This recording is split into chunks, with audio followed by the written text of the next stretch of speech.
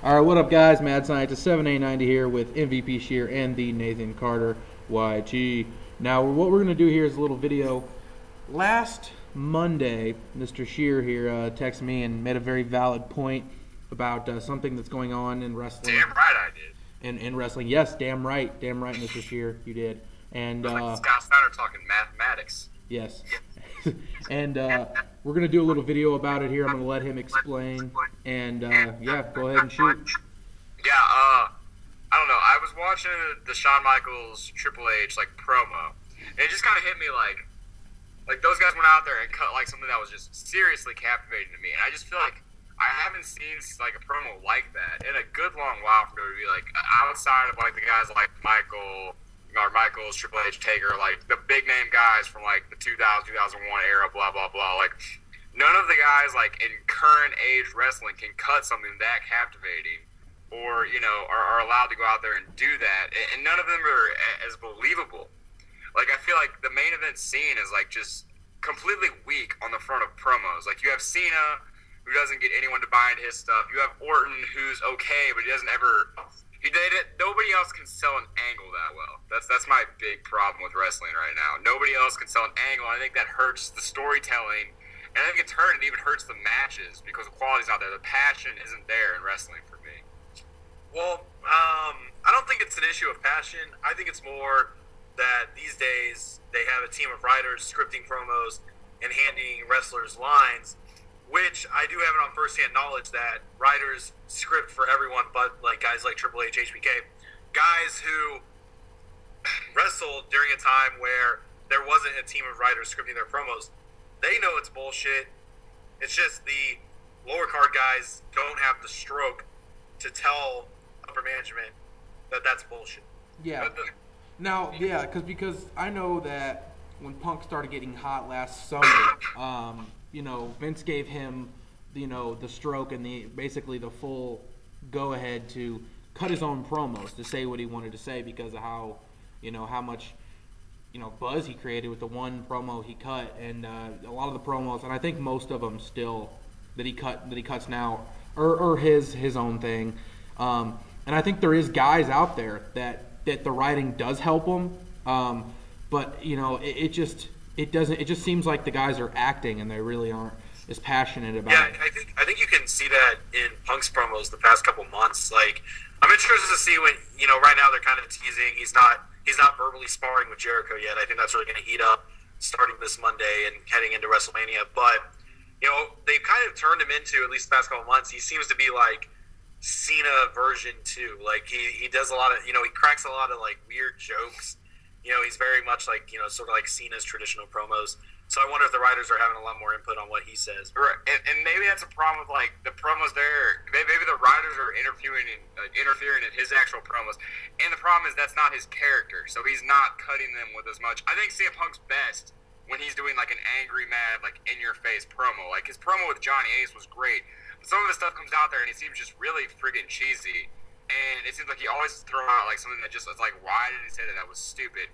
And maybe that's a problem with all the other wrestlers is, they're being made to cut promos that just don't really fit their character, so the passion isn't there because it's not their actual character of work. That's not who they want to be or who they portray well enough. Right. Well, at the same time, I think it's an issue, too, of who they're bringing into the company. Back in the day, people were getting into wrestling who were passionate about wrestling, who were fans growing up. You hear guys talking about Ric Flair being their idol. There's pictures of HBK as a kid, standing in front of a mirror doing a Ric Flair pose. And now, WWE's pulling guys off of college football teams. They're pulling weightlifters out of gyms. They're guys who get passionate about it once they're involved. But at the same time, they haven't grown up. There's a lot of guys in WWE I highly doubt watch a high level of, wrestling from the past. They kind of just are going through the motions. I think you see that a lot. And that's a huge problem. Everyone complains about how, the reason 2000, 2001 were so good was because they could just, bring in all the guys from WCW. They had a better talent roster back then. It's they really don't necessarily. If you look on the indies, you have guys they could put. You can put them in WWE right now and have the same quality of stuff from 2000, 2001, right now in your business right now. They just refuse to actually pick up those people.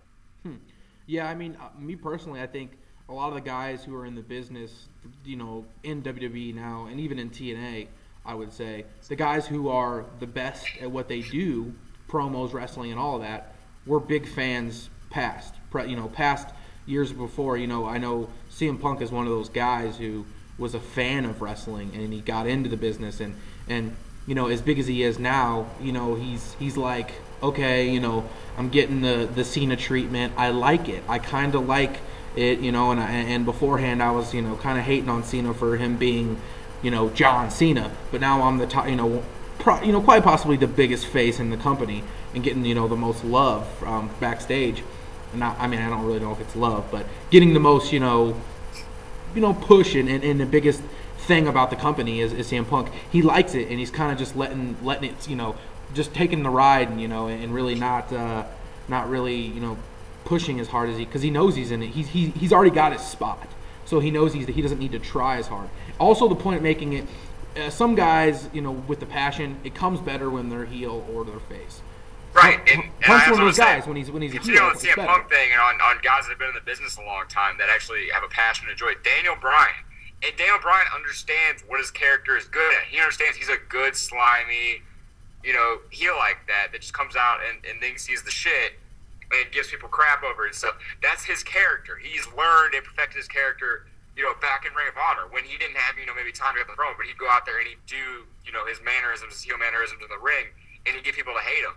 And, he perfected that, so now that's why his character is so good on the mic now. When people are saying, oh, Daniel Bryan's a vanilla midget, he can't talk, all he can do is wrestle, like, he's actually showing people up because he's been in the business so long, he's comfortable with the character he's portraying. And I think that's the problem with a lot of the wrestlers. They're not really comfortable with the characters they're actually given.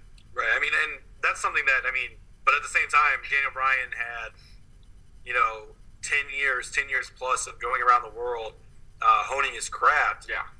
Whereas a lot of guys in WWE, they've probably been in the business like a handful of years. You spend a year or two training, then you get that WWE contract because, you got a good look, you've got a few muscles on you, so WWE hires you up. You go to FCW in a very controlled environment where you do what they want you to do, and then you come up to WWE and it's the same thing. I think you got a lot of guys who don't have a lot of seasoning. It's just a lot of, the same old stuff, and so that's why it comes out in their promos. There's no passion there, and they also don't know how to work a character. Plus, a lot of their guys just kind of, blend together. Especially a lot of their heels, like Jericho, Miz, Ziggler's kind of a little bit like that. Cody Rhodes isn't. He had a different gimmick. Now he's kind of just going off and do the cocky, arrogant, brash heel, which is kind of like the stereotypical generic heel, and they're kind of all playing the same thing. I think it's really time for them just to bring up Antonio Cesare and Dean Ambrose, two guys that could cut and could have a serious character. Dean Ambrose's character is great. Obviously, Jon Moxley is a great character in wrestling, and Claudio Castagnoli with his his kind of dick I'm better than you character. I think that's really good too. And Seth Rollins, I don't know, I don't follow FCW, so I don't know what his character is, but he's a tremendous worker, so he can at least be your performer per se, your Chris Benoit, Kurt Angle, maybe not on a level as them, but someone to actually have exciting matches in the mid card. Yeah, now I see guys here in the next couple of years, the WWE roster is going to be really saturated with top indie talent, which I think is a good thing. I think the passion from top indie wrestlers is the wrestling. And you're going to see a lot of great, passionate wrestling in the next couple of years out of, the guys coming in, the heroes, the Claudios, the Blacks, the Ambroses, and then, you got Punk, Daniel Bryan is really getting his, go. You're really going to have, and some of those other guys that are great athletes and WWE has, you're really going to see the passionate wrestling coming back. I really think it's going to, really going to hit the scene again.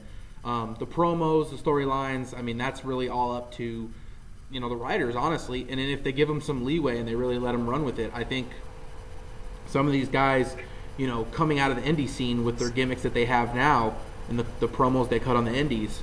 I think Kevin Steen would be perfect for WWE right now. I don't think Kevin Steen would be perfect. But you know why? It's interesting that you mentioned gimmicks because I think that's the issue right now is that no one comes up with a gimmick when you think about it.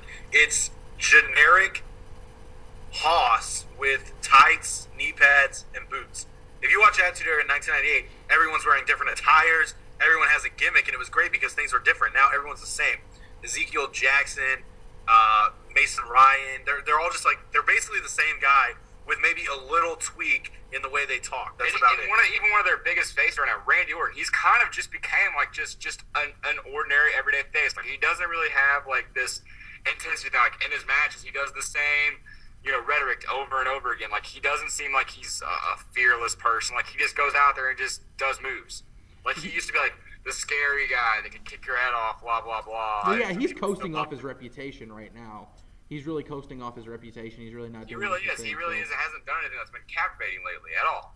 Well, Nobody really has. Kevin Steen, you made the mention of Kevin Steen coming into WWE and doing a great job. I think Kevin Steen jump started on. Yeah. I don't think so. I really don't think so, because I think Kevin Steen, his the way he talks and the way his character is, it wouldn't work in the PG era. It might not. And and his look, he would just look so out of place. Yeah, I just think WWE, like, I think a lot of those indie guys too. I think right now they look out of place. That's why I'm excited to see the rest of those guys come up. I think Steen is good enough to make it work, to figure out his comfort zone in a PG era.